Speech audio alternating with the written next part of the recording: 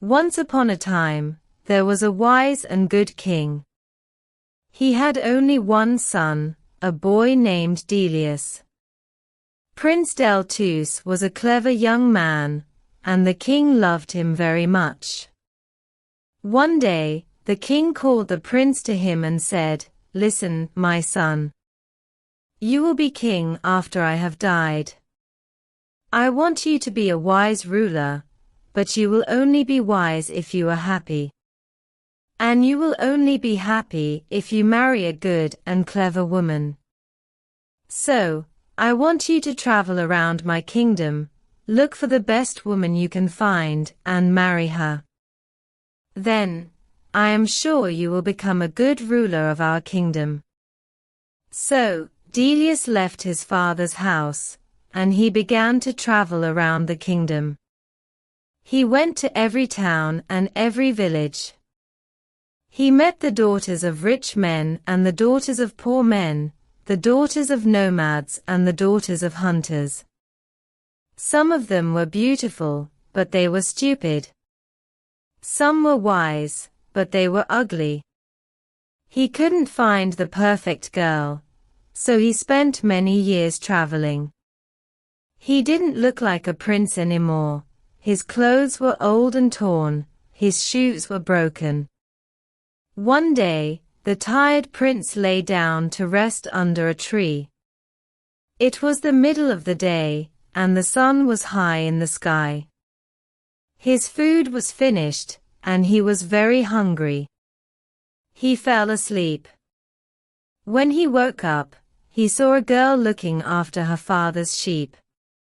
Delius looked at her. She was the most beautiful girl he had ever seen. He wanted to speak to her, but he couldn't.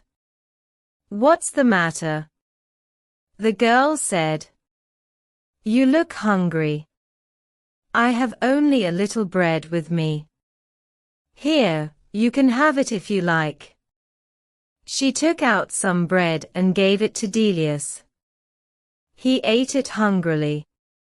"Thank you," he said. The girl started to walk away. Delius wanted her to stay. "Have you seen my camel?" he said. "No," the girl said.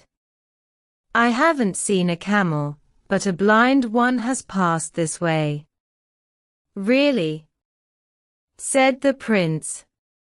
"And this camel had no tail." "How do you know?" asked the prince.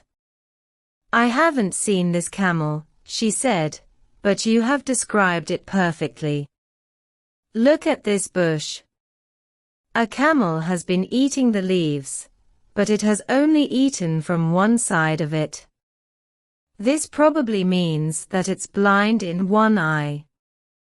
And do you see this camel dung? It's all together in one pile. But camels move their tails when they drop their dung. When a camel has a tail, the dung falls in different places. But what about the wound on the camel's right side?" asked Delius. "How did you know about that?" "Look here in the sand," said the girl.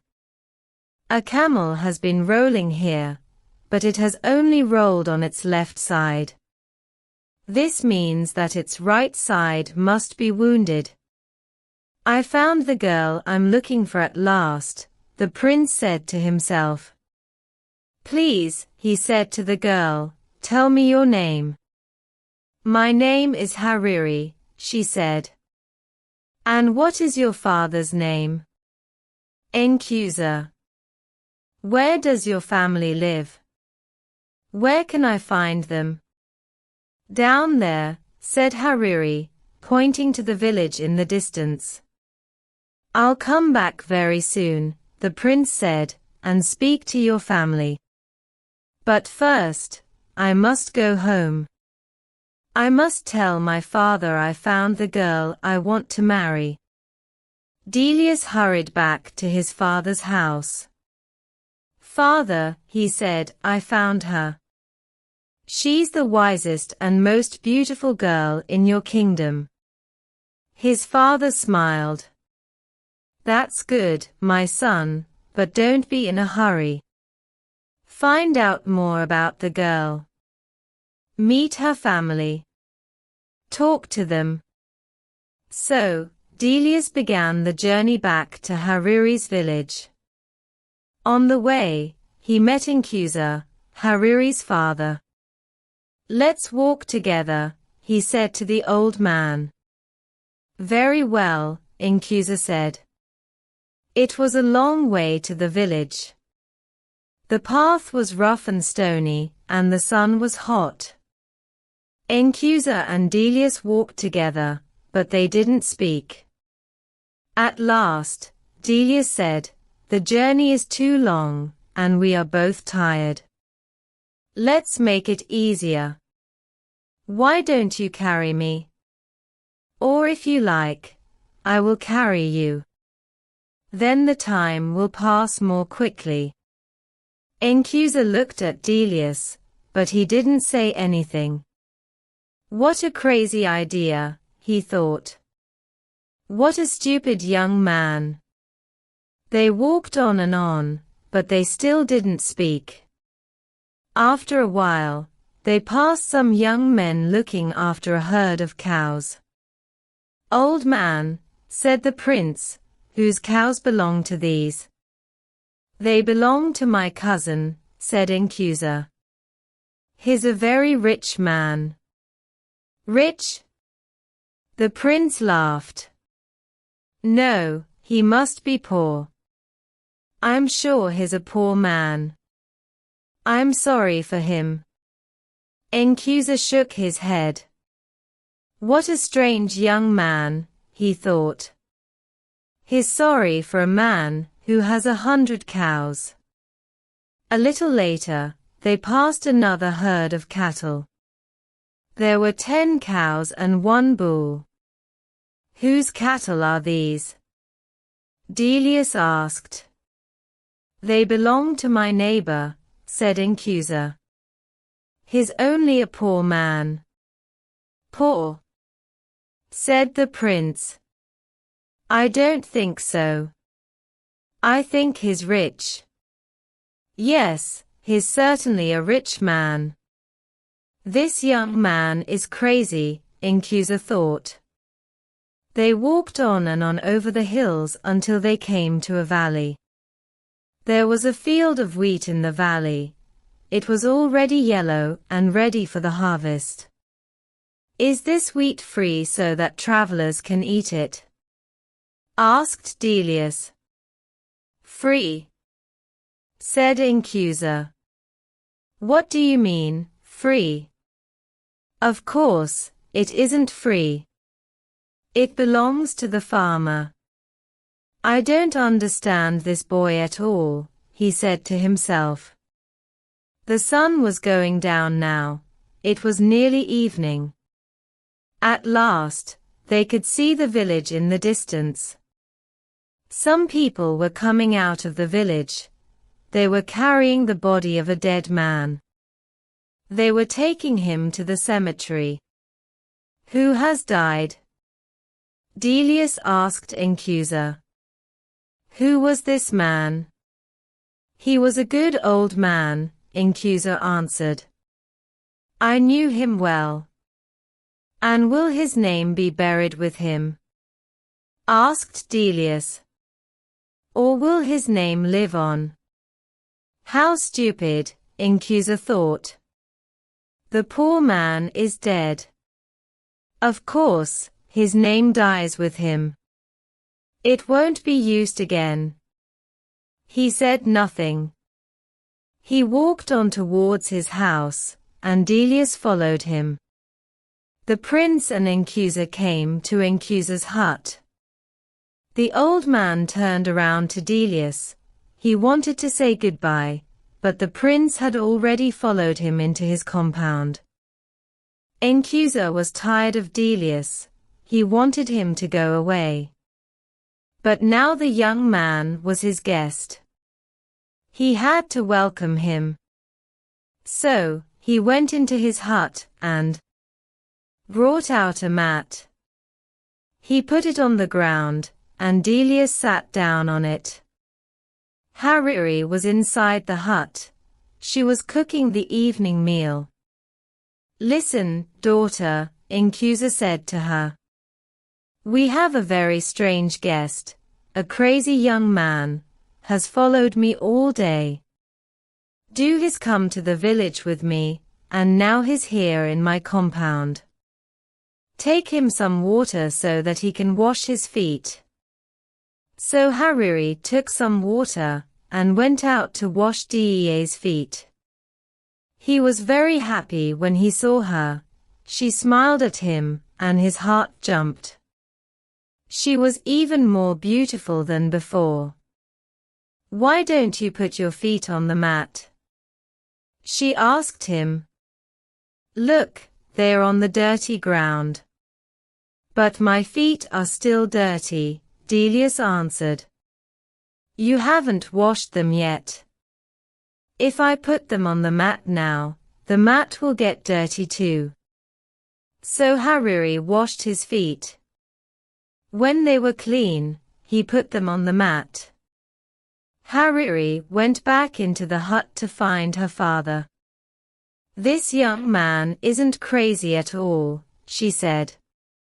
"Oh yes, he is," said Incusa. "Do you know what he said to me on the road?" "Let's make the journey easier," he said. "Why don't you carry me? Or if you like, I'll carry you." Wasn't that stupid? How can I, an old man, carry a big young man like him? "But, father," Hariri said, "you don't understand.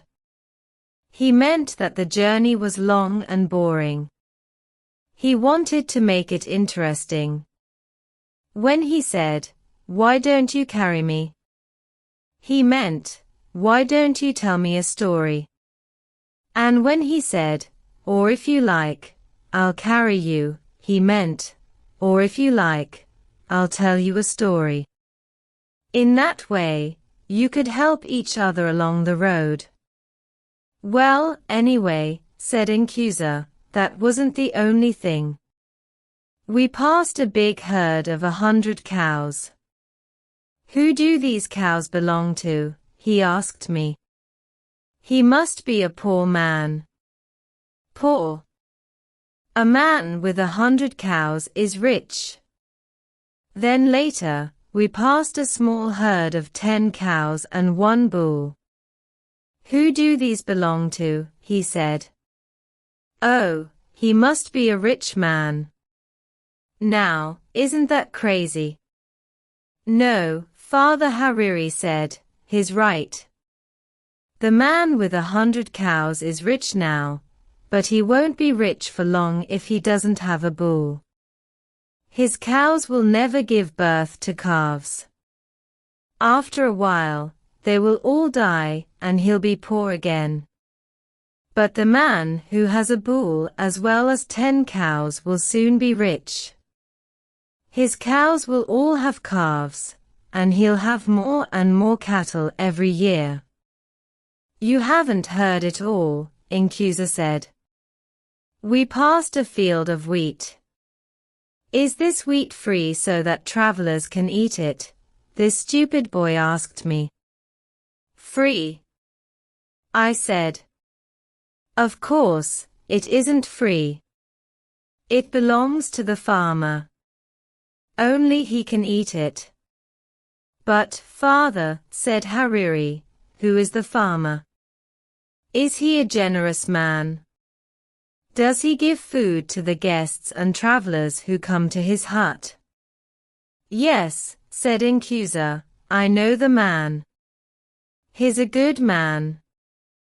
He's always kind to guests and travelers." "And does he ask them to pay for their food?" asked Hariri. "Of course, he doesn't," Incusa answered. "What kind of man asks his guests to pay for their food?" "Then the young man was right," Hariri said. The wheat is free. Travelers can eat it without paying. Well, perhaps, Incusa said, but listen to this. While we were coming into the village, we passed a funeral. A crowd of people were taking a dead man to the cemetery. And do you know what this poor fool said? Will his name be buried with him, or will it be used again? Oh, said Hariri, that's easy to understand. He was asking you if the man had a son.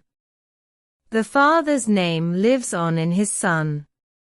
It's not buried with him, it's used again and again. Incusa was tired of talking to his daughter. He went to talk to her uncles. My daughter's crazy, he said. You have seen that strange young man sitting outside my hut. He asks all kinds of stupid questions, but my daughter likes him, does she? That's good, Hariri's uncles said. Your daughter isn't a child now. She must get married soon. Why don't you let her marry him? He looks like a good man to us. Oh, very well, said Incusa, but it's all so strange. I can't understand it at all. They are both crazy. Hariri heard her uncles and her father. She was very happy. Oh, he's so handsome, she said to herself, and so clever. He's the best young man I've ever seen. Delius was still sitting outside the hut on the mat. He heard Hariri's words. He was very, very happy. The wedding was soon arranged. Delius hurried back to his father, the king. Hariri is a wonderful girl, he said. The best girl in all of Afar. I am very happy for you, my son, the king said. Send camels and cattle for the feast. Take some servants and all my armed men. Go to her house and marry her. Then bring her back to the palace. Oh no, father, said the prince. She doesn't know that I'm the king's son. I don't want to tell her yet. I won't take any armed men with me when I go to her house. I'll take only one servant. She'll think I'm a poor man. If she marries me, I'll know she really loves me. The king smiled. Very well, my son, he said. Go, but come back soon. I want to meet my new daughter. It was a long way from the king's house to Incusa's village. The prince and his servants started their journey early in the morning, but they walked all day. The sun rose higher and higher in the sky. It became hotter and hotter. I'm very hot and very, very thirsty, Delius said. I must have a drink. That's all right, sir, the servant said. Look, we're coming to a water hole. You'll find some water there. They came to the water hole, and Delius looked down into it. The hole was deep, the water was a long way down.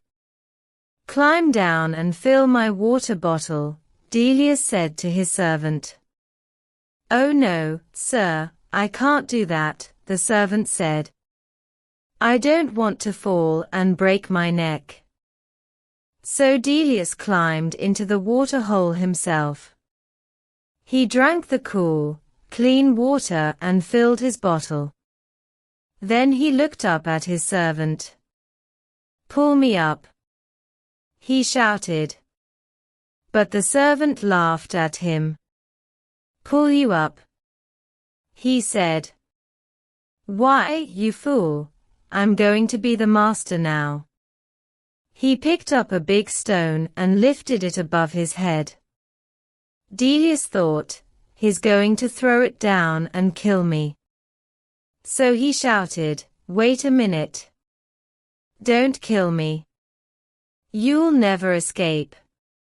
Someone will soon find my body. They'll tell my father, and he'll send his men to kill you. I've got a better idea." The servant put the stone down. "What do you mean, a better idea?" he said. "We'll change our clothes," said Delius. "You take my clothes, and I'll take yours. You can be the master, and I'll be the servant." The servant laughed. "That's a stupid idea," he said. "If I pull you out of the water hole, you'll kill me." "I know you will." "I won't kill you, I promise," said the prince. "And I won't tell anyone that you're my servant." The servant picked up the stone again. "I don't believe you," he said. "Get ready to die." "Very well," the prince said, "but don't you want to marry the most beautiful girl in Afar? How will you find her father's house?" "Only I know the way." The servant thought for a moment. "Do you really promise?" he said. "You won't kill me. You'll be my servant, and I'll be your master." "Yes," answered Delius. "You know me. I always keep my promises." "All right," the servant said, and he pulled Delius out of the water hole. They changed their clothes. The prince took the servant's, and the servant took the prince's. Then they walked on along the road. At last, they came to Incusa's village. Everything was ready for the wedding. The women were cooking a wonderful feast, guests were arriving, people were singing and dancing. Hariri couldn't wait to see the face of her dear Delius. She looked out of her hut, but there was the servant dressed in Delius's clothes. "This man isn't my husband," she said. "I've never seen him before." "Don't be a fool," her father said. "Look at his clothes, his dagger, and his shoes. He was wearing them when he came here before." "But, my husband is a clever man," said Hariri. "This man looks like a fool. Let me ask him some questions." "Oh, very well," Incusa said. "But be quick, the guests are waiting. The wedding must begin." So Hariri came out of her hut and spoke to the servant. "Tell me," she said, "what is the heaviest thing a man can carry?" The servant frowned. "The heaviest thing," he said. Let me think. A camel's heavy." "No, a fallen tree is heavy." "Ah, I know, a grinding stone." "Yes, a grinding stone is the heaviest thing." Hariri looked behind the servant. "Who is that man standing under the tree?" she wondered. "Here's my next question," she said. "What is the sweetest food in the world?" "The sweetest food," the servant said. "The sweetest food. Yes, I know the answer. The sweetest food is honey." Hariri was watching the man under the tree. He was coming towards her. "Now I have one more question," she said to the servant. "What is the most beautiful smell in the world?" The servant shook his head. "What a stupid question," he said.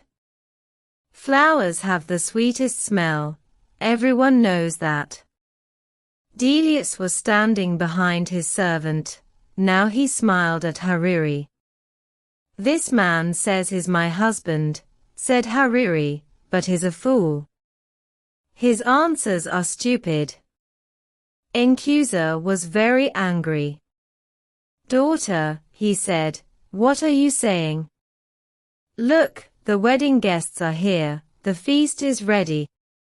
Take this man, he is your husband. Please, father, Hariri said, I can't marry a fool. Let me talk to his servant. She looked at Delius. Did you hear my questions? She asked him. Yes, said Delius, and here are my answers. Your first question was, what is the heaviest thing a man can carry? My answer is a promise. A promise is a very, very heavy thing for me. Just now, it's the heaviest thing in the world. Next, you asked, what is the sweetest food? I know the answer to that question. I was alone once in the desert. I had no food. I nearly died of hunger. Then I met a girl. She gave me a piece of dry bread. It was the sweetest food in the world. Certainly. Here's the improved version with punctuation marks. Because I was so hungry. Your third question was this. What is the most beautiful smell? I can answer that one. Second, it's the scent of your infant son's skin around his neck. Although I don't currently have a son, God willing, he will grant me a wife, and she will eventually bear me a son. I clapped her hands and laughed at this point. She said, did you hear that, father? Nkusa, this man is my husband, but he's just a servant. Hariri, I'm over this foolishness. Mary said, I'm your father, you have to listen to me. Not the servant, but the master. Hariri moved to stand next to Delius. She declared, this is the man I will marry, master or servant. When the servant heard this, he became terrified and dropped to his knees. He said to Delius, oh, please, please forgive me. I was naive. Keep it a secret. Your father is the king. Don't tell the king. Nkusa told Delius, this is amazing, my dear boy. Of course, Hariri, my darling, you are correct. For you, this man is ideal. I've always known you're a smart gal. A prince will be your spouse. The singers are nowhere to be found.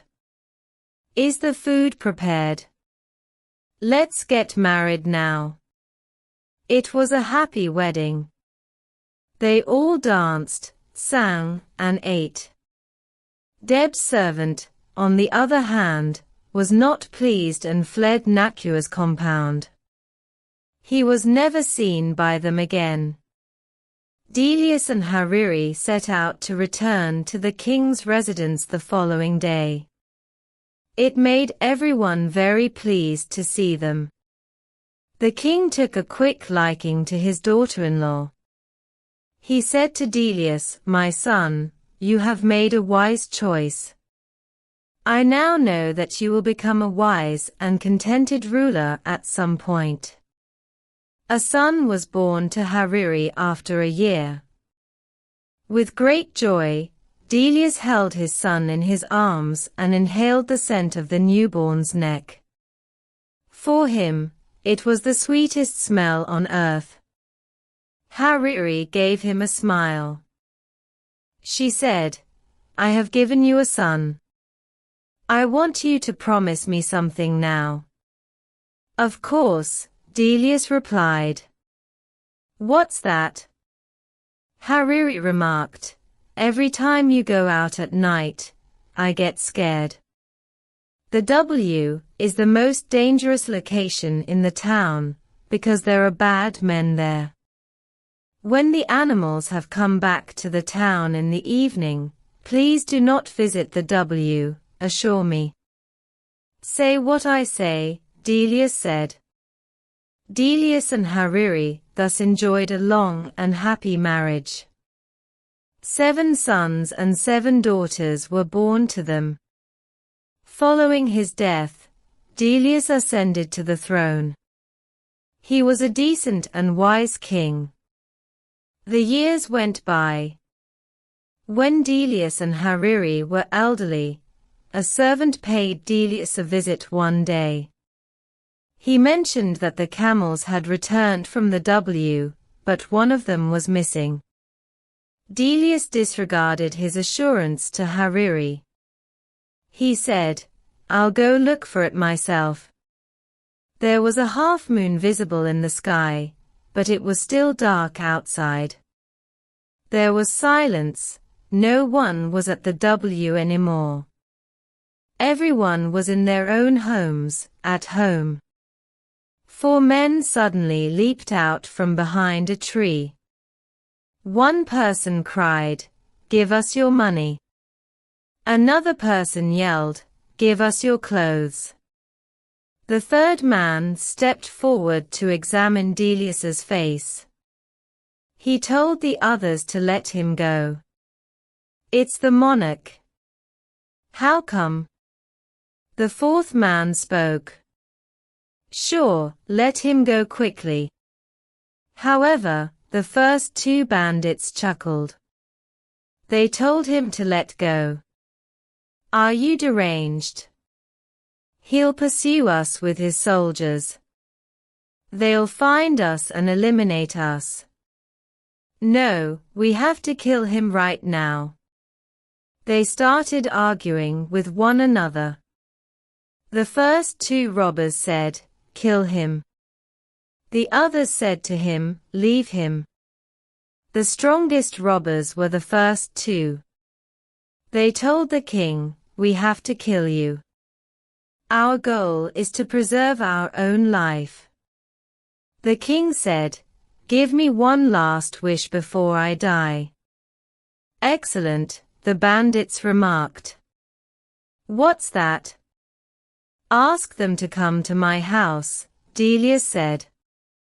"Tell my spouse that I was spotted close to the W.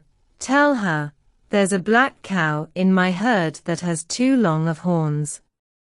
The other cows will lose their eyes as a result. Remove it from the group." "So that's it?" the third robber inquired. "Yes," the king replied. "Tell her to take off the black mat that is on top of my house. In its stead, place a white mat. Is there anything extra?" The fourth robber spoke. Delius said, "Yes. I own 4 camels. Give my wife instructions to keep 2 of them, but to give up on the other 2. Are you done now?"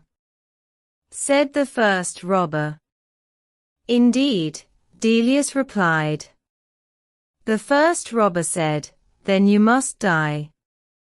Thus, Delius was killed by the bandits. His body was taken by them and thrown beneath a tree. The first 2 robbers said, "Come on. We have to flee." The third and fourth robbers said, "No. We have to give the king's wife his message. We made a pledge." "Are you crazy?" exclaimed the first robber. "She'll be aware that we murdered him. They'll kill us, her sons." The third robber stated, "But she doesn't know that he's dead. No one is aware of his passing." The 4 robbers then proceeded to Deb's home. They requested to see the monarch. Her 7 sons, each holding a spear, were chatting with her. The first robber approached the queen with confidence. He said, "I have a message for you from your husband, the king. Where did you get to know him? Hariri inquired. The thief replied at the W. The queen covered her mouth with her hand, widening her eyes and turning to face the bandits. Her sons approached her. She said, "Is my husband doing well?" The robber laughed, "He's okay. He will soon return home. We left him beneath a tree." What message did he convey? Hariri inquired. She was told the king's words by the first robber. Hariri instructed her sons to catch these men after he was done. Her oldest son asked, "Why? Only a few of our father's messages have they brought." Already, the bandits were fleeing the property. "Hurry, hurry!" Hariri yelled, "Don't let them escape." Her 7 sons pursued and apprehended the bandits. When they returned them to the queen, she was in tears. "Mother, what's the problem?" Her oldest boy inquired. "Did you miss the message from your father?" declared Hariri. He said, "Listen, this is what it means. Remove the black cow from the herd of cattle. The other cow's eyes will be put out. This indicates that your father wants his body buried, not for the crows to eat his eyes." Her son said, "You mean our father's dead?" "Indeed," Hariri replied. "This is the second message he sent. Remove the black mat from the roof and replace it with a white one. He wants me to put on white clothes for him now that he is dead. My father was killed by these men." One of the sons yelled, and the others raised their spears in response. Hariri said, "Wait." One more message was received. "Your father said to keep 2 of his camels, but let the other 2 go." This implies that while 2 of these men attempted to save his life, the other 2 killed him. The bandits toppled over onto the earth. The first robber said, "You know everything. You're accurate. My friend and I carried out the king's murder." Both men made an attempt to rescue him. The brothers yelled, "Kill the murderers," and used their spears and daggers to dispatch the first 2 robbers. Then Hariri and her sons were taken to the W by the 3rd and 4th robbers. Delius's body was discovered, and they returned him home. After Hariri dressed in white, her sons buried their father. Everyone praised him as a wonderful king, but why? Because he was wed to a morally upright and astute woman.